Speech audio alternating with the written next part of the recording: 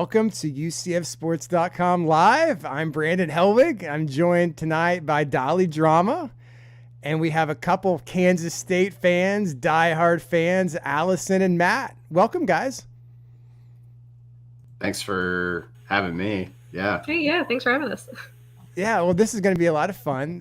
We kind of started this a couple weeks ago when UCF was playing on the road at Boise State. Kind of had a great conversation, learning more about the program, the city, and obviously we're all jacked up about this weekend. It's a Big 12 opener for both schools, but I mean it's a big deal here in Orlando, being the inaugural Big 12 game for UCF. So we're all really excited to learn more about K-State, and I know that a lot of UCF fans, at least, I don't know, some UCF fans I know are making the trip to Manhattan, Kansas to check everything out. So, yeah, we'll just kind of get started. I guess, first of all, we'll start with you, Alison.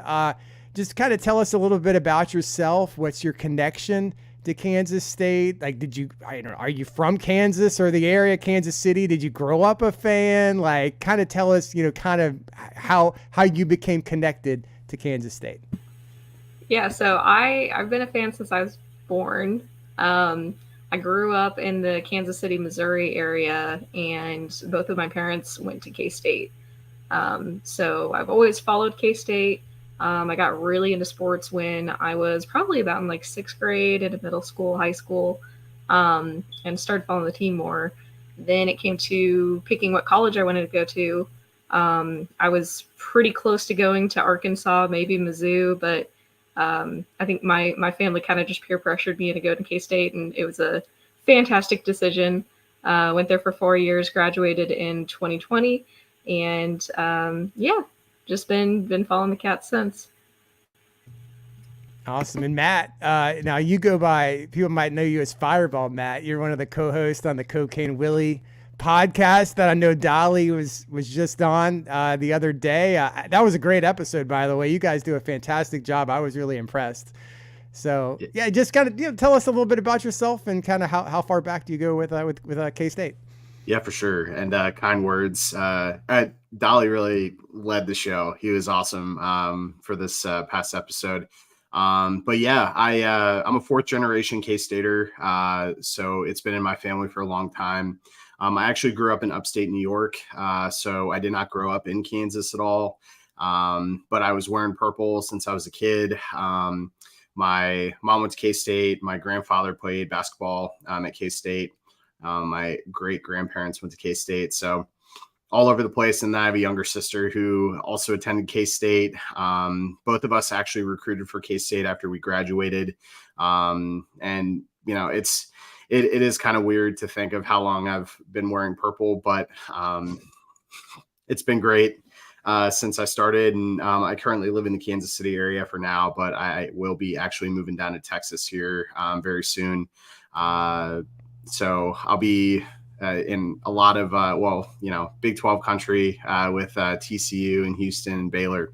No more Texas, obviously, good riddance. But I'm extremely proud to be a K-Stater, something I probably spend way too much time focusing on every day. But I think we can all say that about our school sometimes. So.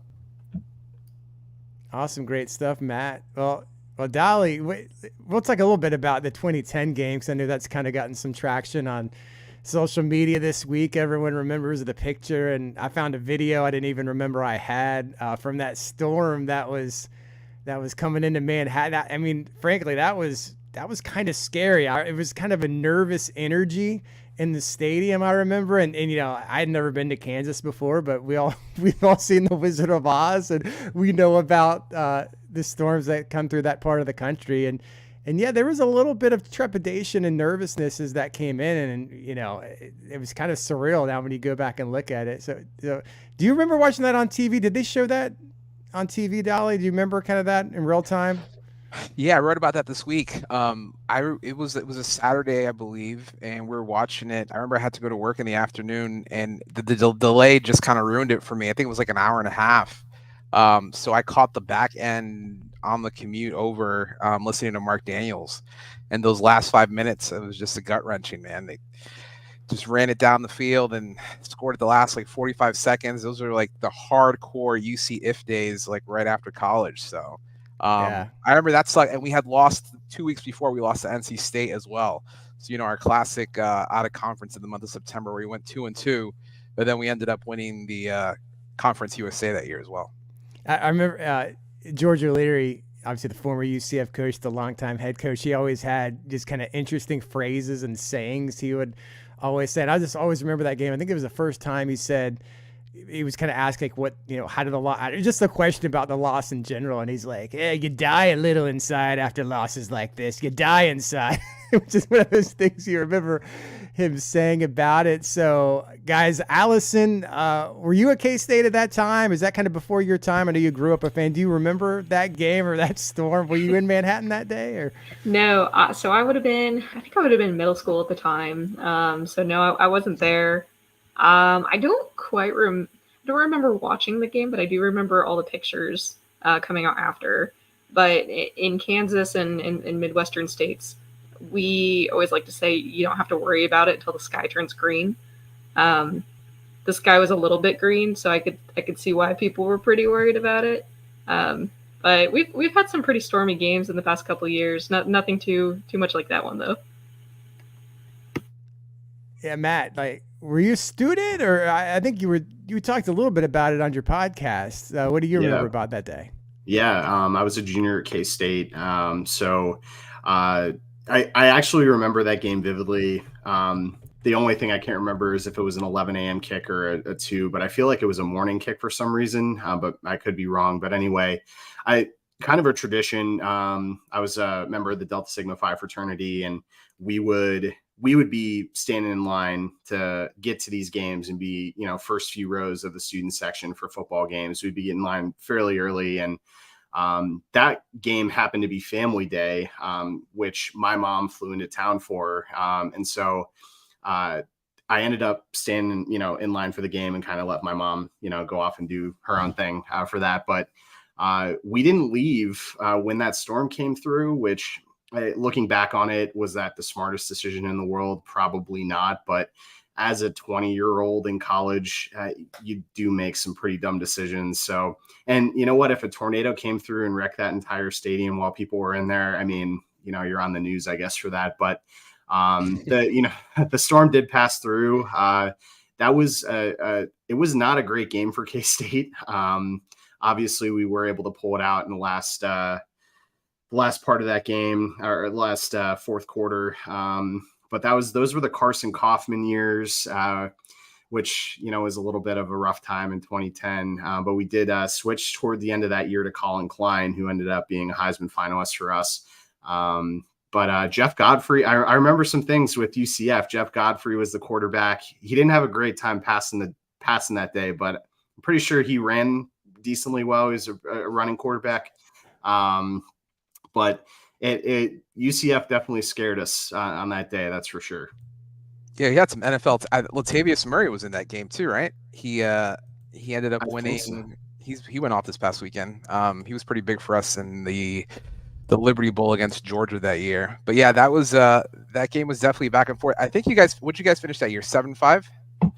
2010 was a 7-5 year. When we went to the Pinstripe Bowl, played Syracuse, which kind of a famous game because our wide receiver caught a touchdown to potentially tie the game with a few seconds left in the fourth quarter, and he did a salute in the end zone, which got a 15-yard penalty. A very, very lame penalty by any means. So we ended up losing that bowl game. But yeah, 7-5, and Colin Klein, that was kind of a little bit, there was a game that season where against Texas where he threw the football, I want to say 4 times in that game. And we just ran the football. We ended up winning by 3 or 4 touchdowns. It was crazy. That's awesome. Yeah. I guess I'd be curious, maybe we'll start with you, Alison, just kind of what are your favorite K-State memories just as a fan growing up, as a student, maybe more recently? Are there some seasons, some games, some players? Like, what are some of your favorite memories when it comes to your Kansas State fandom? Yeah, so I look at my fandom in seasons, if you will. So like growing up, 2012 was a really formative year for me because I was just starting high school. And we had new conferences. We had Mizzou leaving the Big 12. I was my freshman year of high school. I was dating a guy who was a big Mizzou fan. So 2012 season was a fantastic year for bragging rights. I replayed a lot of those games on NCAA 08. But yeah, that was a good one. Just watching Colin Klein dominate on every single game except for Baylor, which we won't talk about. But that's when I feel like I really started like tracking our team in football and kind of paying more attention.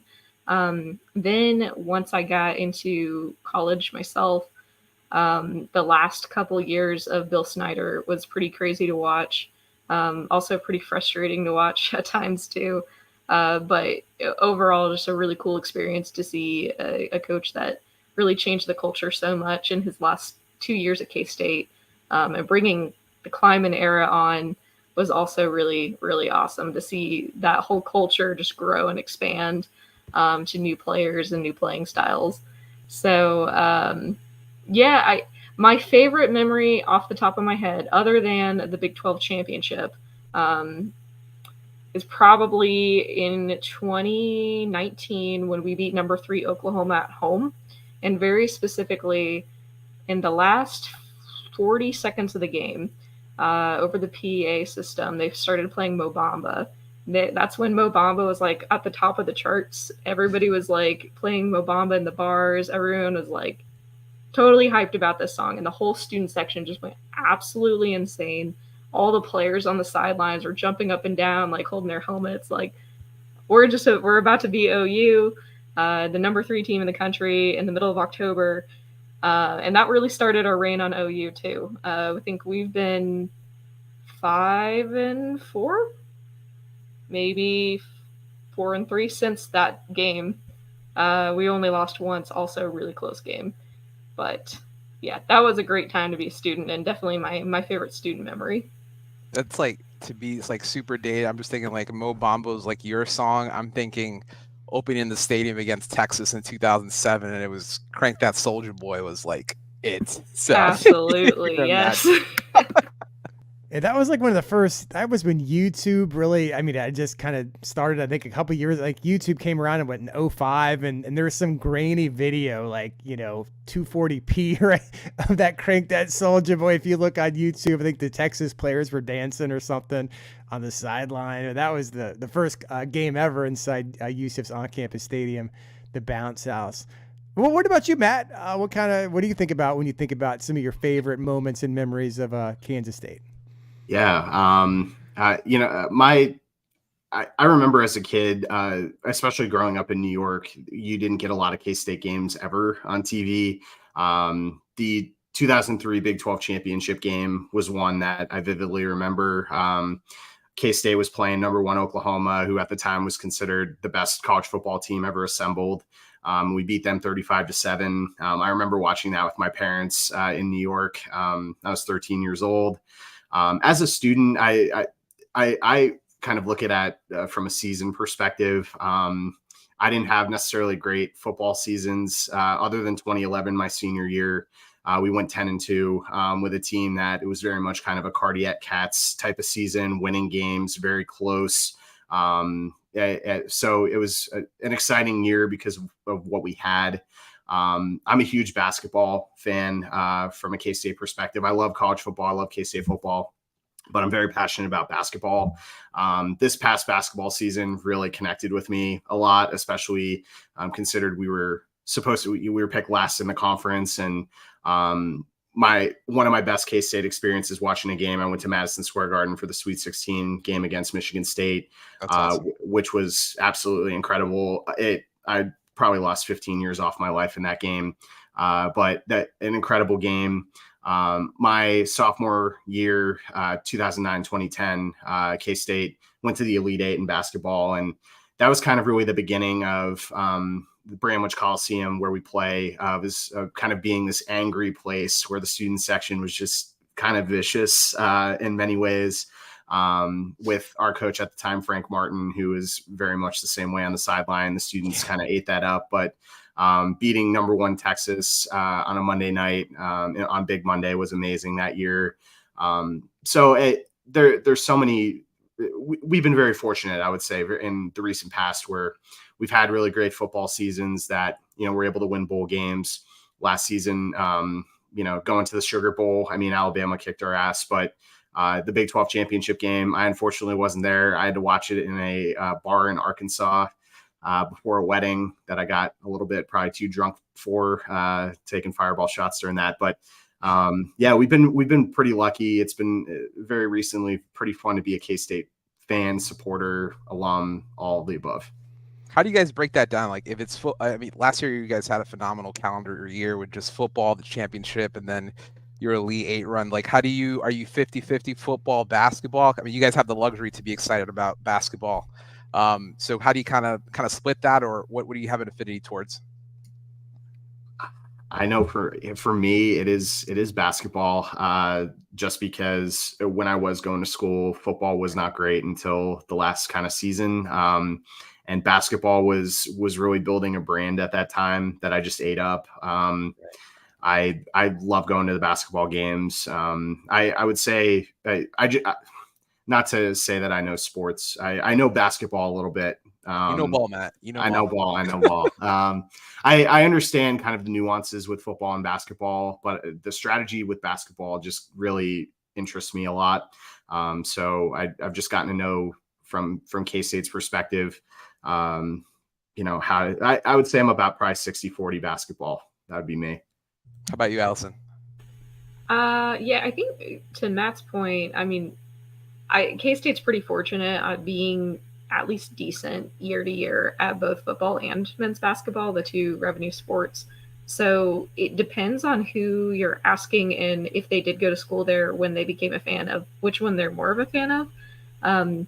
The time I was there, it was we had really big swings with basketball, as in winning the Big 12, going to the Elite 8, and then being one of the worst teams, missing the tournament all when I was there. So for me personally, I'm more of I'd probably say 70-30 football, and then 30 basketball, just because I'll watch the games if I'm home for basketball or anything, but I'm not at the games. Right. Football, I'm at every game. Dali, what do you think is like the breakdown for the average UCF fan, football versus basketball? Is it like 90-10? I don't know. They're all in the dungeon. 95-5 is just. There's going to be a hoops appetite that's going to build. Bramlage, like just the away games, the atmospheres that we watch on TV, and there's going to be some packages that we're going to see some good ball, early Monday or Tuesday. So we'll get juiced about it. We're selling out season tickets, and we get Kansas at least in town, so we can agree to beat the Jayhawks. But I think it'll be split. It'll grow. Yeah. Great question in the chat here from Sons of UCF. Where does Michael Bishop rank in K-State lore? I got to say, that's probably the first time that I kind of was aware, I guess, of Kansas State. Growing up, you look at back then we'd look at the preview magazines and we knew who was in what conference. But as far as seeing a Kansas State game on TV and kind of paying attention to what they were doing, I think those years were the first years that I remember. And I think there was a bowl game with Syracuse and it was kind of a big deal, like Michael Bishop versus Donovan McNabb. And I think it was a Fiesta Bowl. I remember seeing that. That might have been when Dante Culpepper was at UCF. And then I remember Michael Beasley, I guess, maybe like 7-8 years later, playing basketball and just all the hype and the NBA buzz, and UCF and K-State actually played in the Old Spice Classic, which is one of those tournaments they have here in Orlando at Disney World. And that was kind of a cool matchup. But yeah, maybe Matt or Allison, I know he's a little bit before y'all's time, but do people still talk about Michael Bishop? Who's he kind of like the first kind of Snyder era big time player, or where does he rank in K-State lore? Yeah, so it was I was born at that time, okay. But I don't remember any of the games. I will say, in general, the top two quarterbacks in K-State history are Michael Bishop and Colin Klein, and I think it kind of depends on the age of the fan that you're talking to. Like for me, I remember Colin Klein very vividly. Never watched a game with Michael Bishop live, so. Yeah, I think that they're both great quarterbacks, and they both are very respectable in their own ways. But yeah, definitely top two for sure. We're just waiting on that third. Yeah, the first K-State game I actually remember watching as a kid was that Fiesta Bowl game with my parents, very late at night, right before it was on New Year's Eve. I would very much say that Michael Bishop is kind of that transcendent quarterback for K-State.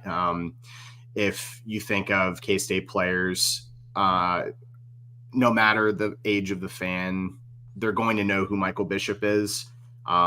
He was very much also a type of quarterback that was relatively new at that time frame, right? He was a great passer, very accurate passer, had an incredible arm, but he was very good with running the football. And Bill Snyder leveraged that as well as you can in that 1997 season to go into 1998 and be winning big games in Big 12. And I mean, very much we were very screwed at the end of that season when we lost to Texas A&M and in overtime in the Big 12 championship game, because if we beat them, we were in the national championship game that season. So Michael Bishop really kind of led the charge of really great dual threat quarterbacks at K-State. There's no question. I would put him at my number one, Colin Klein number two. That's not disrespecting Colin Klein at all, but seeing some of the Michael Bishop highlights from back then, it was just kind of wild. He was a really great player. Colin Klein, I gotta believe, is he like, for the fan base, is he like the future head coach one day? Is that something that everyone always expects will happen at some point in time? I mean, that's got to be pretty exciting to have one of your best players, come back as a coach and, eventually promoted to offensive coordinator. And is that like the guy, I don't know, 5 or 10 years that's going to be the head coach at K-State? I mean, it seems that way, especially with some of the teams that were reaching out to try and hire him this past offseason. He was in the running for Notre Dame offensive coordinator, and there was some time there where we thought he was going to replace Tommy Rees at Notre Dame. I don't think Chris Kleiman's going to be coaching as long as Bill Snyder did. I don't think anyone's going to coach as long as Bill Snyder. No, there's always a little bit of worry potentially that a team could come and pick up Chris Kleiman, especially a team from the Big Ten. You just never know. I believe he's found a really great fit at K-State, and it would take something pretty special for him to go. But Colin Klein has shown in the short amount of time that he's dynamic in the way that he does his play calling. I do believe he bleeds purple. I mean, it's very, very evident when he did come back originally, but a lot of people don't remember that he actually was a co-offensive coordinator under Bill Snyder for a little bit. And he ended up going to Northern Iowa to kind of get a full offensive coordinator position there to eventually come back to K-State. I do see him eventually being the head coach, but I think it's going to be dependent also on continuing the success that he's had. Last season, I think he did a really great job towards the end of the season in developing an offense that worked for Will Howard. And this season, we're going to see, we hit a speed bump. How are things going to adjust, depending on the rest of the season? But I kind of hope he does end up being the head coach for us. We're going to talk a little bit. I guess, first of all, we'll just kind of touch on last season before we kind of get into this year, because, 2022 was a special year for K-State. I know expectations were high, but I mean, from a national standpoint, I know I kind of felt like they came out of nowhere. I don't know how you guys feel. And I remember that game against Tulane, and that was really before we knew how good Tulane was going to be, because trust me, UCF found out how good Tulane was as the season went on. But I remember that game and seeing that Tulane won it, and then before you know it, I remember just casually following the Big 12 last year, and Kansas State kept on winning, and then that TCU game and the championship, just figured TCU just they feel like they had to win it to make the playoff. It ended up not mattering, but obviously a huge year for K-State. Alison, just kind of what was your perspective on following the Cats last year, and were you surprised, or were you expecting a Big 12 championship going into it? What was kind of the roller coaster of emotions for you last season? Yeah, so last season, I think most fans knew, especially with the talent that we had on the team, that it was going to be a special year in general. And I think the goal of most fans throughout the season was to make the Big 12 championship. I remember a lot of people predicting before that season started that the Big 12 championship was going to be K-State and Oklahoma. And I should say from K-State fans, because I don't think anybody else really expected that. We started out really, really well. Beat I think we played South Dakota, beat South Dakota just fine. Played Mizzou, completely wiped out Mizzou, which was great. Then we played Tulane. That was a really sad day. I watched every other Big 12 team win that day, and we lost to Tulane. That wasn't good. The next week, everybody had written out off K-State like, oh, they're one of the worst teams in the Big 12 this year. They just lost to Tulane. And we beat Oklahoma. And I think since that Oklahoma game in week 4 of last season, we looked at the rest of the schedule and saw every other game on the schedule is a winnable game. And I still think, looking back at it, every game was winnable. But we did have those 2 losses against TCU and Texas. I still think that, K-State could have, changed their strategy and won those games, but, it can't really have a perfect season unless you're UCF in 2017. So I think K-State fans expected it, and it was really nice, actually winning and knocking off an undefeated team in the championship to really get everybody talking to, so that everybody else could kind of see how special that team was. Yeah, I think there were definitely certain points last season where you did wonder how good this team could be. The first couple games, as Alison mentioned, there were games where Adrian Martinez, who was our quarterback that transferred in from Nebraska, he didn't really get I felt the keys to run the offense as we really needed him to. Very hesitant, didn't necessarily throw the football a ton. And we saw that in the Tulane game. It was just very lackadaisical offense. And the play calling wasn't necessarily great in that game. But, excuse me, but kind of moving through the season, the Oklahoma game on the road was, I felt, a huge turning point, because that was truly the offense that Adrian Martinez was going to bring. Just this the dynamic playmaking. And we had skill players that would be able to go the extra yard and do what they needed to do to get a first down or get in the end zone, et cetera. And we just saw an improvement in him, for games at a time. But then obviously when he got hurt, Will Howard, had been a guy who a lot of people in the fan base were very, there was just a lot of emotions with Will Howard, sometimes negative. He got put in a really poor situation during his COVID season. He was a true freshman that came in after Skylar Thompson got hurt. And there were these unheard of expectations for this kid who only had a fall practice to try and figure out how to play college football. And 2011, a similar situation where Skylar Thompson gets hurt. Will Howard has to play for a couple games. So you see 2022, same situation. And he just showed a lot of moxie and being able to come in and kind of take some of that negative pressure, negative vibes that some people in the fan base were pushing towards him. And he really showed and was the leader for this team for that back half of the season. There's no question about it. He had a really great game in the TCU game to win the Big 12 championship. There were flashes against Alabama where I thought he was having a good game, and then it just kind of spiraled downhill.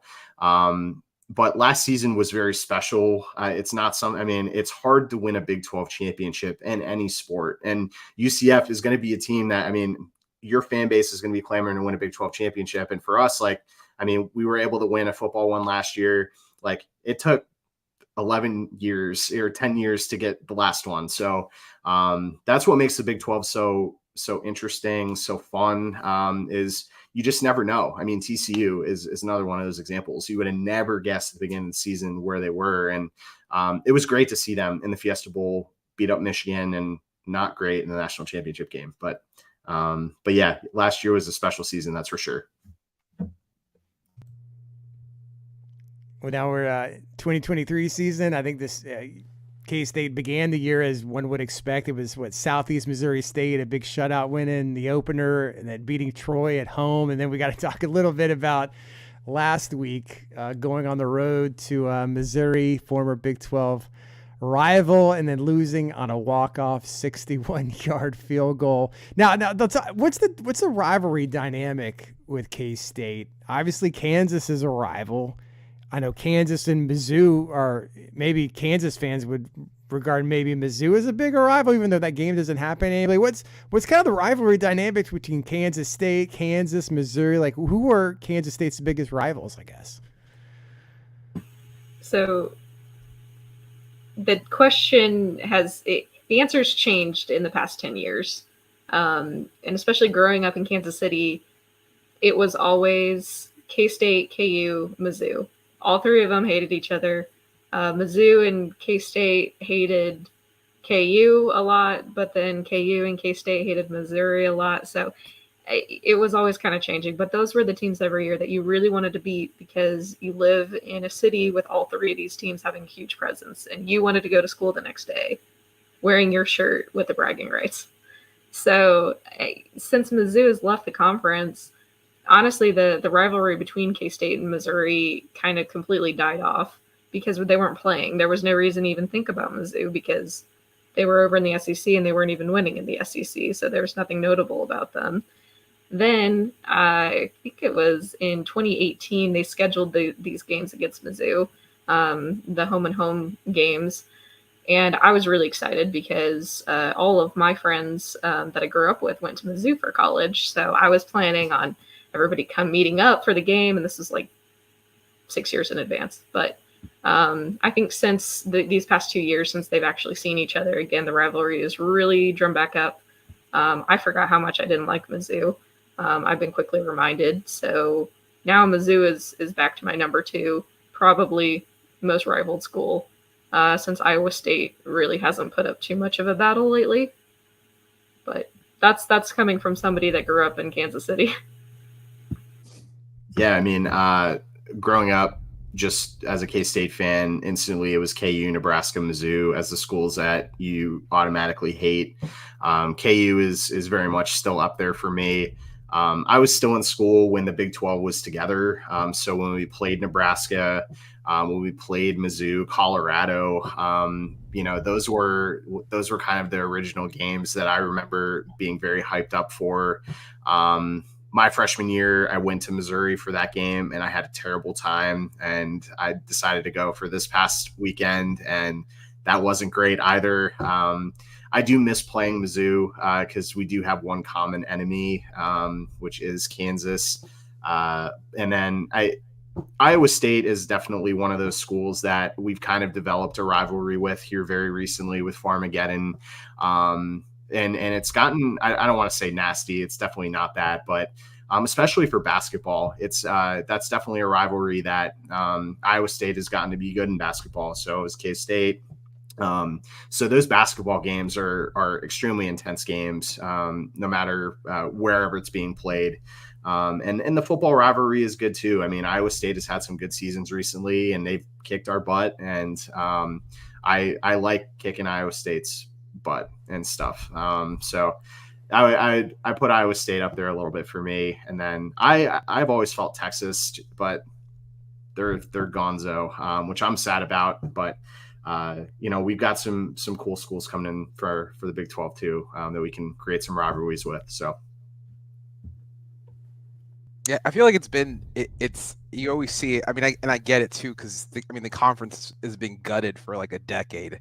So you guys always like post your game recaps or your program guides from the 90s and just like, the Big 8 and Colorado and, Nebraska. And we get it, but it's funny though, because you were just like, okay, like, we'll be there now with you guys too. But it's funny having a young school, and you guys have been around since the late 1800s of, land grant universities, and now we're all kind of in this mix that we've all kind of trauma bonded over, being left out or trying to go somewhere else new. And I think we got a good thing going. I think the first 4 that came in are solid. I love the Arizona and Colorado ad. Obviously, that looks genius now.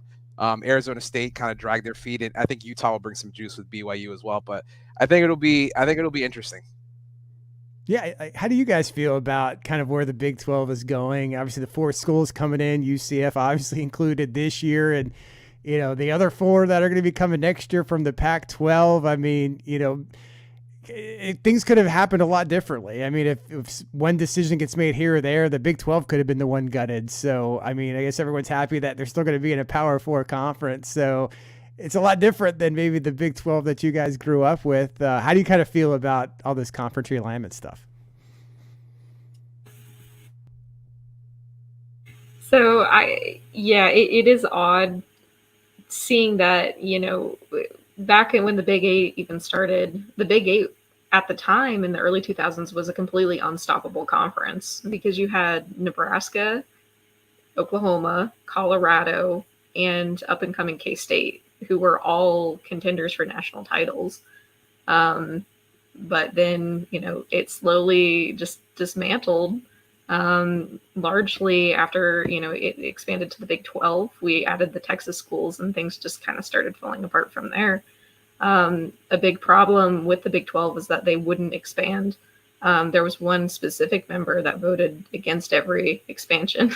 So we weren't able to add any schools. And now with conference realignment, it's either add schools or to survive. So, looking back, obviously it was a great idea to add these 4 new schools. Granted, none of them were Power 5 schools from other conferences, but the Big 12 wouldn't have survived without it. So I know I gave UCF fans a really hard time when they joined, just because I am a geographical purist when it comes to conferences. I want to be able to drive to all my games. So I was giving UCF a hard time for being way out there in Florida, but I think that UCF is honestly one of the better additions. I mean, all 4 of them have their own perks to them, but UCF, I think, is a school that can contend really early, especially with just how quickly they've grown to success in such a short period of time as a really young program. So I'm looking forward to it. I like that we've gotten to this point where all of these schools have completely different personalities.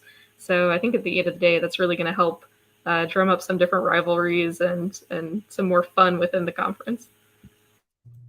I mean, I think this past summer provided us something very rare when it comes to conference realignment. It was a sigh of relief. I remember 2009, 2010 as a student being worried about where K-State was going to be playing because, quite frankly, the rumors were out there that Big 12 was just a no-go. I mean, when we were going to be stuck in the Mountain West or the Big East or things along those lines. And to see the Big 12 kind of come back and kind of crawl its way into a kind of a livable conference, not necessarily even just with TCU, Baylor, and those ads, but having UCF and the other 3 schools coming in this season is really nice to see. I like the geographical differences. I think Florida is going to be a market that is going to be huge for schools, some of these Midwestern schools in the Big 12 for recruiting. We've seen it with K-State and bringing in some good Floridians to come play. The 4 schools, the 4 corners, it's going to be very fun to see some of the rivalries that come from that, but you're going to open up definitely some opportunities with later games, which, playing Mountain Time. I know for the East Coast crowd may not necessarily be great. Obviously watching that Colorado game this past Saturday proved, some people will stay up until 2:30 to watch a game, but the conference, just having a steady conference is going to be really great. And it's going to be interesting to see, especially with the 12-team playoff, how the Big 12 contends in this. Are we sending at least two schools every year in this? And who's it going to be? I mean, any year it could be a different school. So that's what really is going to make this conference just incredible moving forward. Dude, thank God we had the year that we have now, like not the inverse of the Pac-12 around this time. I mean, because our TV contract with how we look down out of a conference for the first 3 weeks of the season has been pretty abysmal. And OU and UT, OU and UT at the very top. I mean, that would have been really detrimental. But we'll see, man. 2031, they could be a completely different ball game. And I don't think we have any qualms that we'd all scoop a Big Ten or SEC invite, out the gate. But it'll be fun to see what we kind of got cooking for the next 7 years. Yeah, I know we kind of got distracted a little bit, but last week, Missouri, were you guys surprised? Like, how did you react to that loss? I mean, losing on a 61-yarder. I mean, that's insane. How did the fan base kind of take that? And where is the fan base now? I mean, I feel like you guys probably had expectations to go back to the Big 12 championship, and now everyone's wondering, we lost to Mizzou. We lost, our starting quarterback is banged up. Our best linebacker's out for the year. There's other guys injured. Like, what's kind of the state of the fan base right now? What's everybody thinking going into this UCF game? Win the game and we get a bye week so we can get people right. I mean, honestly, this hasn't been a great week. That's for sure. The Missouri loss felt like the Tulane loss last season for me. That's why I'm still optimistic about the season. Like, in the grand scheme of things, we're still 0-0 in Big 12 play. And there's a lot of pieces in the Mizzou game that the execution was just very poor. And you can chalk it up with the environment or injuries, etc. You can chalk it up to that, but they lost the game. I'm still optimistic. The injury situation, is not necessarily great. Daniel Green, who's announced to be out for the season. I mean, he's a guy who's been in this program for a long time, and he came back specifically to play a whole season. So having a guy who, is making a sacrifice, staying another year in school, it's definitely sad. The Will Howard situation is going to be very interesting, but I'm going to say, if Will does not start, there's going to be a lot of K-State people that are excited for the game on Saturday night, specifically to see Avery Johnson play, because he's a dynamic player. A lot of you'll be shocked. He's probably going to make some freshman mistakes, but there are things in his game that, as a college football fan, I've compared him on the Cocaine Willie show to Johnny Manziel and how he plays. He played like that in high school. He has some of those pieces that make me think he has the potential to be all Big 12. So I'm not saying he's going to do that this weekend, because you just never know, but I wouldn't be surprised if we see a lot of success from him. We just need to get through this week with a win. That's, I think, our whole goal. Yeah, Alison, you think fans are they excited maybe for this weekend? Because Avery Johnson, I mean, I didn't know much about him. I know he was a 4-star recruit, but that's a pretty big deal. I mean, one of the top the number one recruit in the state of Kansas, coming to Kansas State. I feel like, is he a guy that the fan base has been all juiced about, that he's going to be the future of the offense? And is everyone really excited to see what he could do on Saturday, assuming that he does start? Yeah, absolutely. I mean, I think ever since Avery Johnson committed and then continued to sign and stay with this K-State team, everyone has been all about it. Local Kansas kid. We saw him for a bit during SEMO. We also saw him a little bit in the Mizzou game. But, he scored a touchdown during SEMO in his first drive, which just looked way too easy. And I get it's an FCS school, but I think the thing I noticed most about him is he looks so calm and collected every time he's on the field in any situation. And that's really awesome to see from a true freshman quarterback. Will Howard is a fantastic quarterback now, and is still definitely QB1.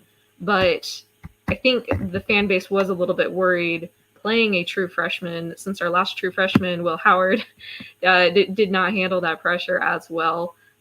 So I think everybody's pretty excited to see if this is Avery now, what he could grow into. I know a lot of people had questions about redshirting him this year. I don't think it doesn't seem, at least at all, like that's the plan to redshirt him. I don't see him staying for 5 years at K-State. He's probably only got 3, and then he's headed to the NFL. So looking forward to it. I still hope Will can play, because like I said, ultimately he's QB1. But if not, I think we'll be okay. It's going to be interesting, because I literally had this. I really thought this had a chance at maybe a big noon, of us being 3-0 and 3-0, us maybe being ranked in the low 20s, and you still top 15. I mean, that was ridiculous, losing to an unranked SEC team that's not Vanderbilt and completely dropping out of the top 25. But it'll be interesting because we have our backup as well. We're dinged up. You guys are dinged up.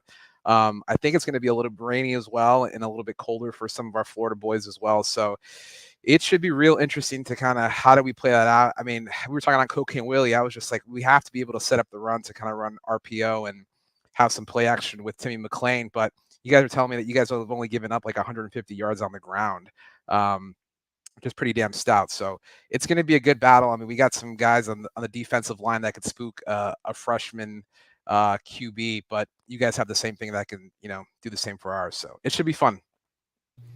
Yeah, how do you think K-State fans are kind of looking at this game and UCF coming to town? Now UCF has injury issues of them, themselves. Starting quarterback John Rice Plumlee, did something to his knee at the end of the Boise State game, and UCF is going to have a backup quarterback, Timmy McClain. Yeah, we really don't know what to expect with him going on the road in a raucous, loud environment. So, but I think UCF fans kind of see the K-State injury situation. They see the loss to Missouri, and they're probably a little bit more confident in this game than maybe they would have been a few weeks ago.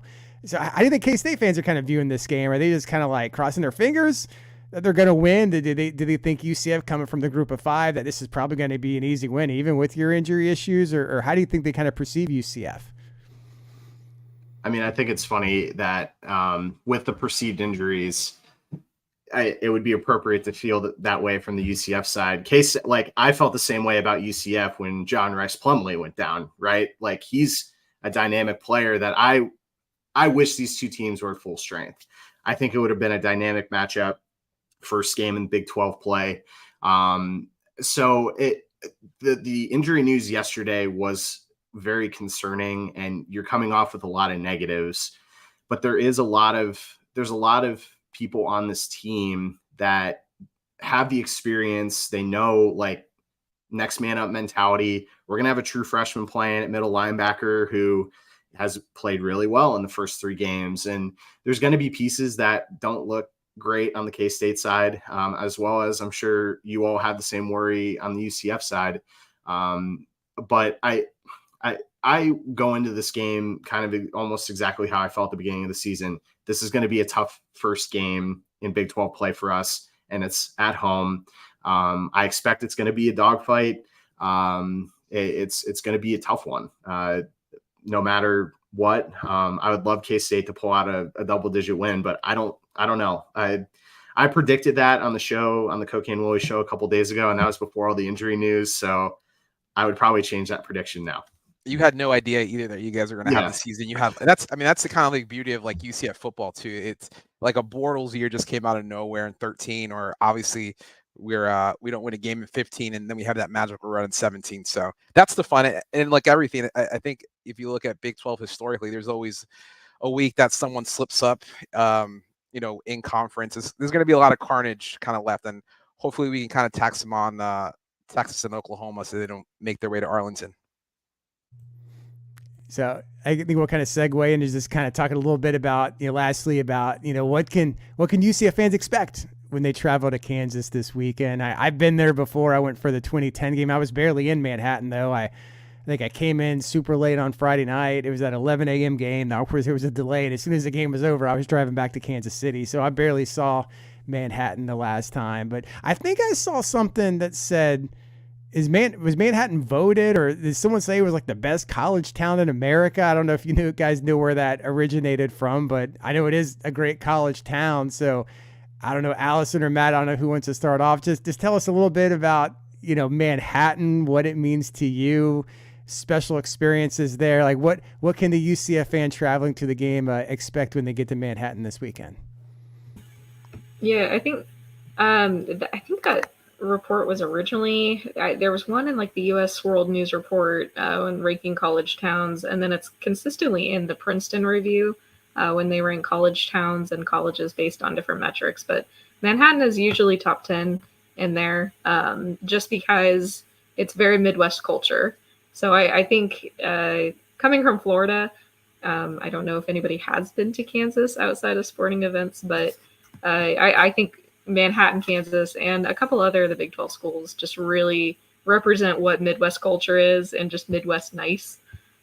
We have like gift shops in towns that say like, Kansas, it's not that bad, because everybody's just real friendly and generally very welcoming attitude as well. Speaking of welcoming, does anyone have a weird Rob story? Are you talking about Robert, like the guy with the signs? Yeah, like Yeah. the 5-decade K-State. That's a deep cut. I do my research.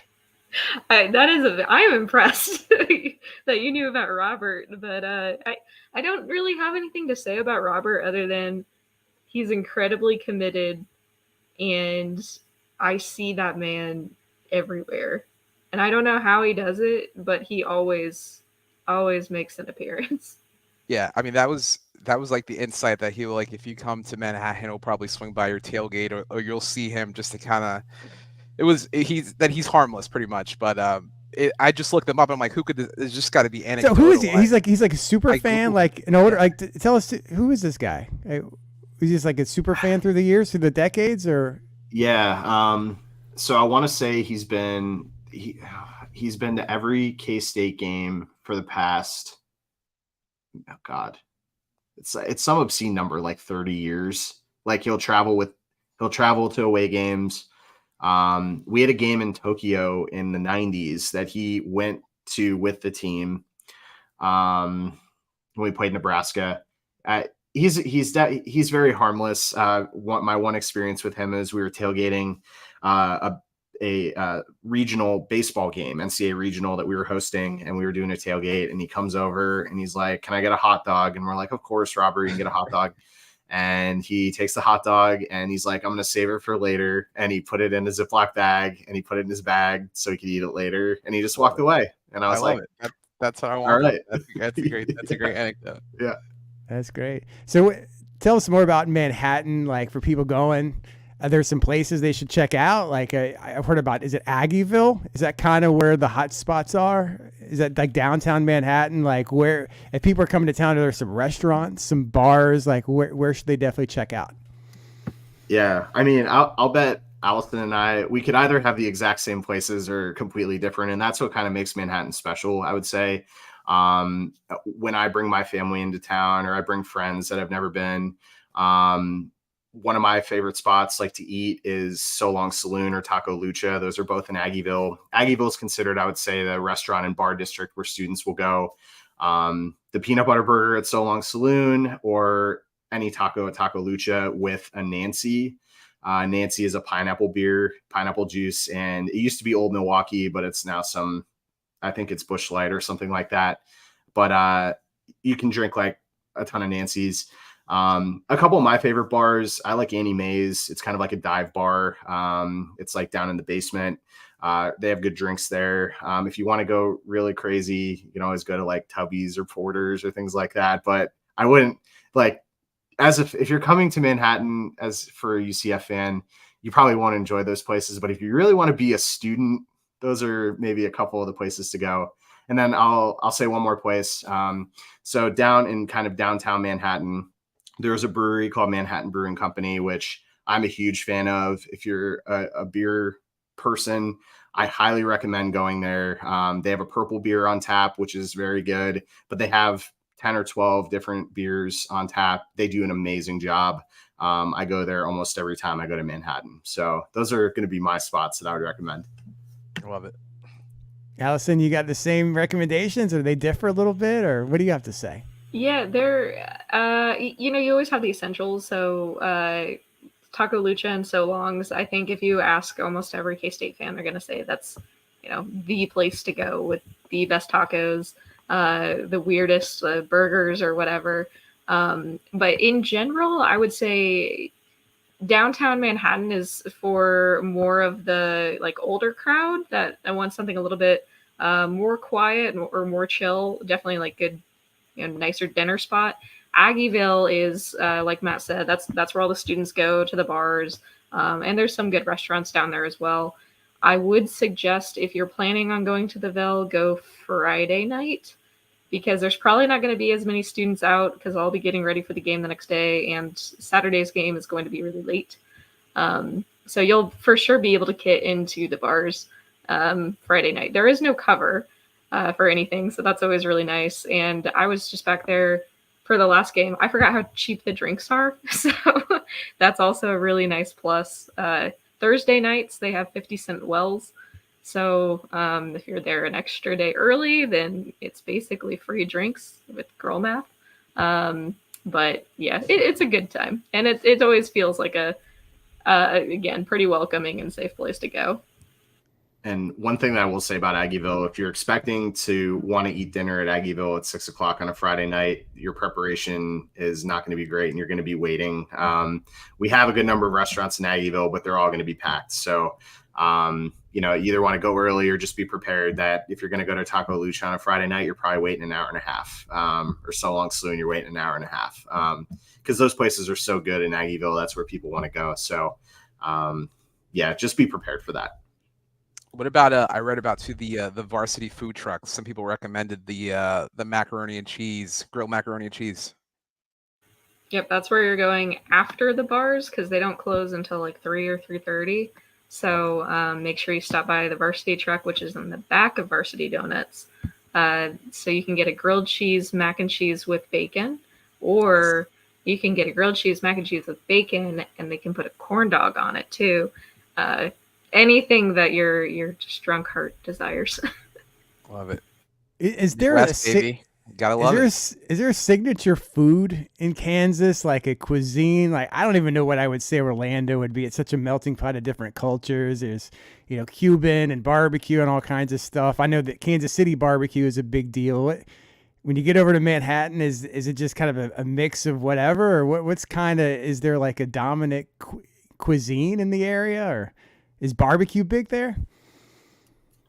There's one barbecue place there, which is good. Cox Brothers Barbecue. I wouldn't say there's a dominant cuisine. I mean, we were very fortunate to have, a good number of cuisines represented in Manhattan. So if you really wanted Mexican, you could go somewhere, or if you just really wanted a greasy hamburger, you'd be able to get one somewhere. But it's just kind of dependent on what you want. Kansas, I don't know if we have a cuisine. I'm just trying to think. Like, I always say it's Midwest food, so it's casseroles and crock pots. Okay, I was gonna say, what is Midwest food? But yep. I guess non-food wise, is there any attraction or any place that either it's Manhattan or the surrounding community that everyone coming to town should see or do? Is it just going to the campus? Is there a certain spot on campus people should check out, or non-food and bar wise, like what should people do when they come to Manhattan or Central Kansas? So I think if it depends on what you like doing. In general, as far as like scenic stuff, if you're into hiking, there's a couple of really good hiking trails. The Kanza Prairie is probably the bigger one. It's a biological research station, so it's just a really big, vast prairie with a couple really easy trails, nothing too mountainous or anything. So you can really see the Flint Hills area. That's probably the prettiest thing that we have in as far as Kansas landscaping goes. Yeah, and I would highly recommend walking campus.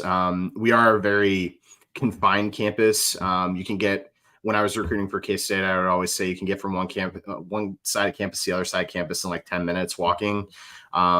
They've done a lot of really great development here within the past 5-10 years with new buildings, but really keeping some of the old character. I mean, we are an old campus. 1863 was when we were founded. So I would highly recommend just walking around campus, going to the Student Union that just had a recent renovation. They did a really great job with that. Right next to that is our old stadium. It's where we played football a long time ago. But it's kind of like a recreational facility that our students will use, and some of our club teams like soccer and lacrosse will use that stadium. But it's very cool architecturally.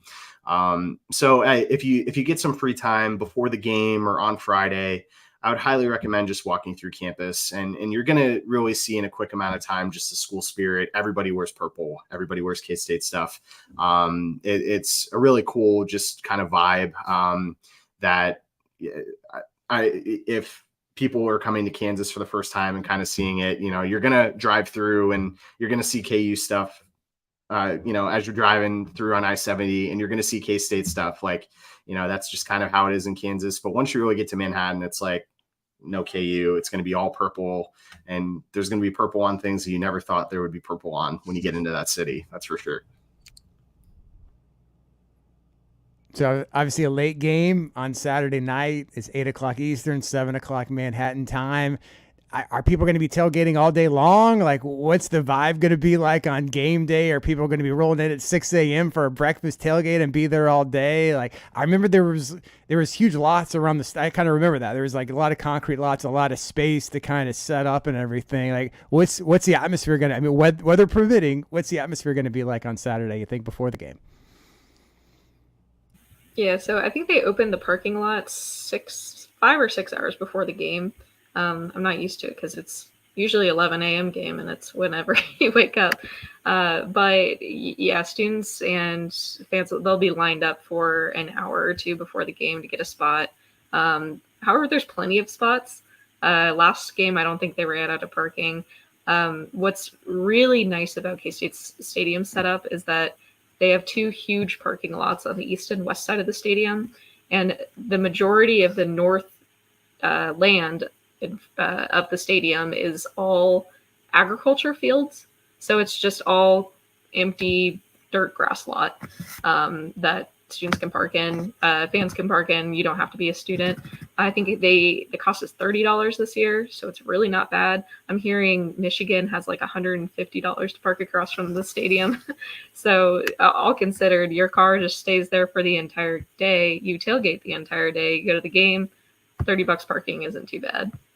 So it's really, really cool, especially if you haven't been to a stadium that's surrounded by its parking, that everyone's tailgating in the same place. So I'm usually going to 5 or 6 different tailgates every game I go to just to say hi to everybody. And kind of, if you don't like the vibe of one tailgate, just walk around, find strangers, go meet new friends. Everyone's really open about it. There are times I wish I could do that, but I do host a tailgate and I can't leave it. I'm sure there are people that are at my tailgate that are listening right now, and I love them all. Sometimes it's a little exhausting, you just want to walk around and go to 5 or 6 tailgates. No, it is very nice. So we have a great tailgate culture. I've been fortunate to go to other college stadiums that don't match that. People are out. If it's 5 hours before and there's cars waiting to get in the parking lot 6 hours before. And people are out there smoking meats. Grilling a bunch of stuff. There are RVs that come into town the day before or 2 days before, and they park in some of the lots to the north, and they're there all weekend. So people love the tailgating piece. Weather permitting, a 7 o'clock game means you really get some ample tailgating time if the weather's good, which I hope it is on Saturday afternoon. But it is very fun. I know I said on the Cocaine Willie show, and if we have UCF fans that are listening today, feel free to reach out to me on Twitter. I can tell you where my spot is. You can stop by and say hello. Maybe if you're nice to me, we can take a shot of Fireball. That's very dependent. I'm sure everybody's going to be nice, but just be cool. Yeah, just be cool. But I'm excited to definitely have a big contingent come to visit Manhattan. We're going to, as K-State fans, we're going to feel this way also about every other school that's coming in for the first time too. And it's going to be exciting. It's going to be something where we're going to be like, welcome to Manhattan, welcome to K-State, enjoy your time here. And then after the game, we'll see, but at least before the game. I guess what can we expect when we get to the stadium and the game starts? There's some traditions. I've heard about the Wabash Cannonball. I've seen some videos on YouTube. Is that kind of a long time thing, or the band plays it and everyone kind of gyrates? What's that all about? And maybe what are some of the other traditions that we're going to see on Saturday night? Yeah, so the Wabash started, I don't remember what year. So Matt, I'm not sure if you know the year, but the old music hall on campus, Nichols Hall, you'll see it when you drive in. It looks like a castle, was burned down a long time ago. And all of the sheet music in the band hall was destroyed, except one that survived, and that was the Wabash Cannonball. So that's why they play it at every sporting event, after every touchdown, at the beginning of every game. And they've, got the clap and the movement. I don't know what you would call it. But yeah, so you'll see all the students do it every time it's playing. Most of the fans will do it. You'll see different variations of it. You can just do the clap, you can do the air punches, you can do the rowboat, like, whatever feels right. But I encourage UCF fans to join in as well, just because it's a fun time. But yeah, our pregame shows are usually pretty fun. Yeah, I would highly recommend coming into the stadium maybe 30 minutes before, because then you'd be able to see the band perform, and then also the Wabash Cannonball is an important piece of that, which 1968, I had to learn that when I was recruiting for K-State, what year that was, but that was the year that we started playing the Wabash Cannonball. I would recommend coming into the stadium about 30 minutes before. If you're sitting in the UCF away section, that is on the south end of the stadium. So you're going to be kind of in that south end zone area, but you'll be able to see the student section. You'll have a really good view of the entire stadium, especially at night. I'm very passionate when I say this, that a night game at Bill Snyder Family Stadium is very hard to top. And I know I haven't been to UCF, and hopefully someday I will be able to go. But I've been to a lot of places, and I like to try and not be biased, but it is a really kind of a special atmosphere night game there. So I'm excited that your fans are going to be able to enjoy that. You guys have been to like probably a lot of these Big 12 venues. I know everyone's a little bit biased, but like, where would you rank Kansas State in terms of just overall atmosphere, maybe how loud the stadium gets, how much people get into it? I mean, is it near the top, or where would you kind of rank it if you have perspective of ever going to other places? So I think Matt's probably gone to more games than I have. I for the stadiums I've been to, I think the only one that really is up on Bill Snyder's level is Oklahoma State and Stillwater. I think they've got a really good crowd there, and very similar, tailgate and fan culture. Yeah, I was gonna say Oklahoma State. I have been to TCU a few times, and when their team is very good, like it was last season, they pack that place and it's extremely loud. Baylor is kind of in the same boat. They have a newer stadium. When Baylor's good, their new stadium gets very loud. They did some good acoustics in there to make that happen. Iowa State, as much as they have a very similar culture to us from the tailgating perspective and everything like that. Their fans are very passionate. That could be I guess a good one maybe to go to, but I would put Oklahoma State. You're on the hot seat, Matt Campbell. You're on the hot seat. I know. Yeah. I would very much say Oklahoma State is very similar to K-State. And that stadium is very cool with how they built it. The fans are basically right on top of the field. So you have a really great vantage point. It can get really, really loud in there. I really put K-State's very high in the Big 12.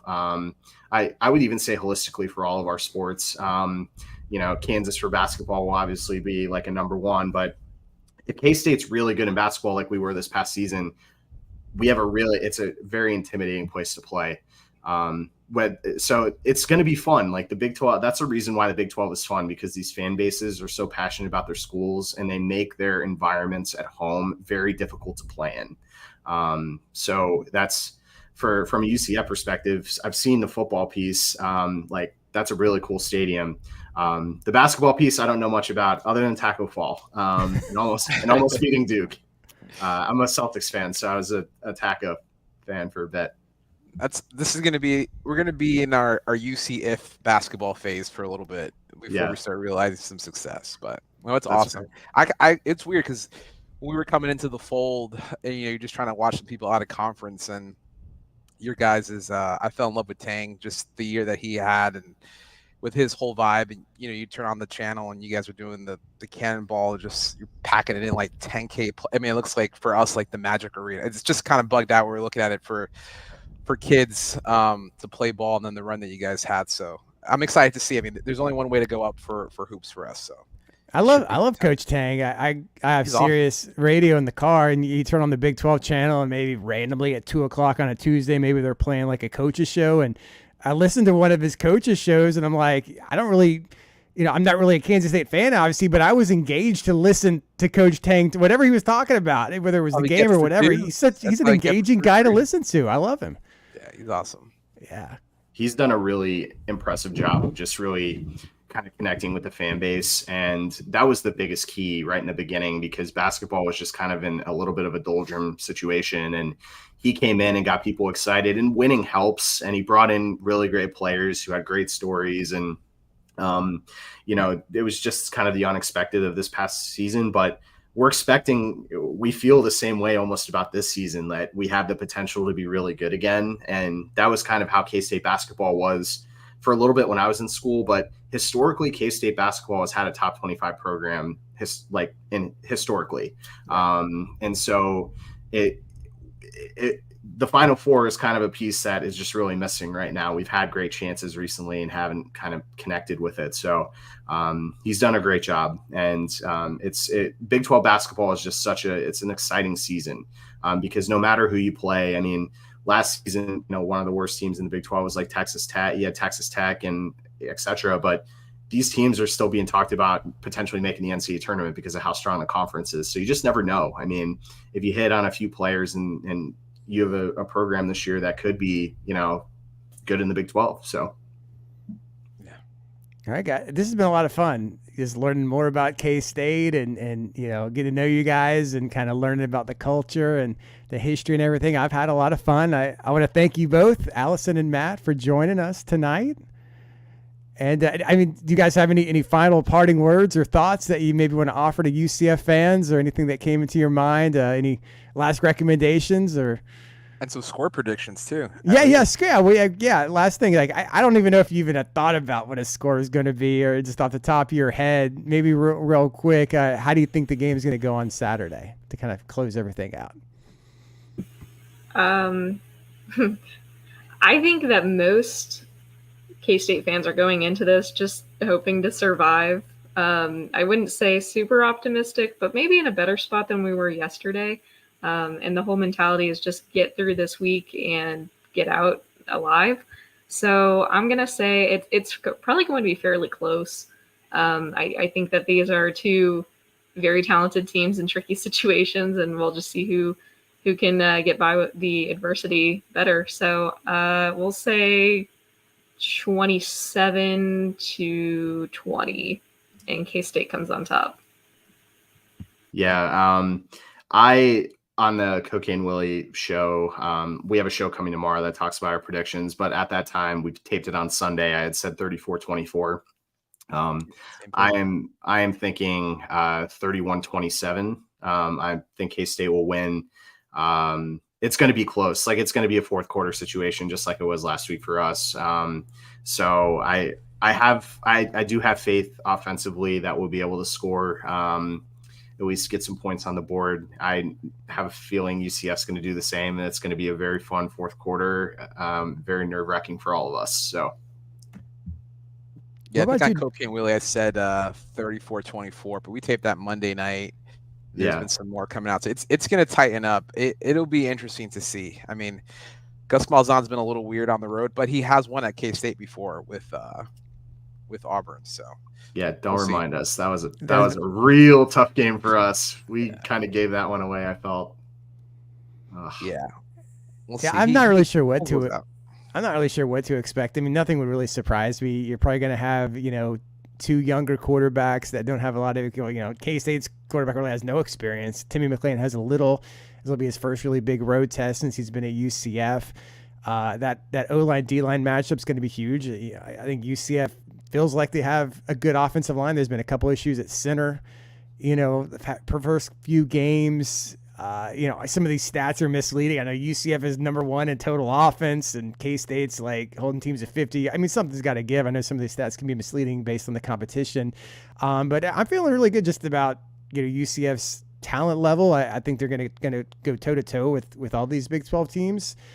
Just in terms of the roster, I think UCF was, best positioned out of all four of the newcomers to make the biggest impact. I mean, we'll see what that ends up being. I think in the summer, looking at the schedule, I thought this was going to be a tough game. Obviously, I think it still will be, but I am feeling a little bit more confident in UCF's chances just based on, even though UCF doesn't have John Rice Plumlee, I think K-State, this is kind of a good time to get K-State in a sense. I know they're going to be pissed off after Mizzou, but probably no starting quarterback, best linebackers out, one of their top running back threats. yeah, I don't know. I'm feeling more and more optimistic this as the week goes on about UCF's chances. So I'm going to go with the UCF win. I'm thinking they're going to score in the low 30s. I think they'll win about maybe like 31-24 or something like that. I could be completely wrong. We'll see. But I know it'll be a fun game on Saturday night. But, all right, guys. Well, I appreciate it. This has been a lot of fun. It's been a blast over this past hour. And thank you so much for joining us tonight. And let everyone know where to follow you on the Cocaine Willie podcast. And Alison, give your a good K-State follow as well. Yeah, for sure. So I am one of the co-hosts of Cocaine Willie, which is a K-State podcast. Very fortunate for K-State. We have a lot of great content, a lot of great podcasts out there. You can find us at Cocaine Willie. We do post about K-State. There was a question in there about why it's called Cocaine Willie. So we have an old logo that it has kind of unofficially been called Cocaine Willie because it does look like a wildcat that is snorted or AK on cocaine. So we just took that nickname and made it the name of our show. So feel free to follow us at Cocaine Willie. We put a great content out there. And then I'm at Matt Marchesini if you want sarcasm and hilarious things about sports. So Alison? Yeah, and thanks for having me as well. It's been fun. My Twitter handle is just my name. But yeah, I'm really looking forward to Saturday. I think this is going to be a really fun start to an expanded Big 12, and I'm really looking forward to kind of seeing these other teams come out and how we start this Big 12 play. Give Alison a follow and see her customization of Air Force Ones. She started that a little while ago, and it was like a basic K-State during basketball season. She's been pumping them out for like every fan base in the country, so it's pretty. I'm doing my best. Yeah. Now, well, thank you guys. It's been a blast. Now, when UCF fans are greeting or maybe departing, it's always a "Go Knights," and then the response is "Charge on." What's the Kansas State greeting? Is there one? Yeah, so I guess, other than Go Cats, and I think we said it a little bit earlier today, but EMA, every man a Wildcat, is the go-to saying. Okay, like that's right. Power Cat. Right. Yeah. That sounds a great way to end it. All right, guys, thanks. Yeah. Thank you.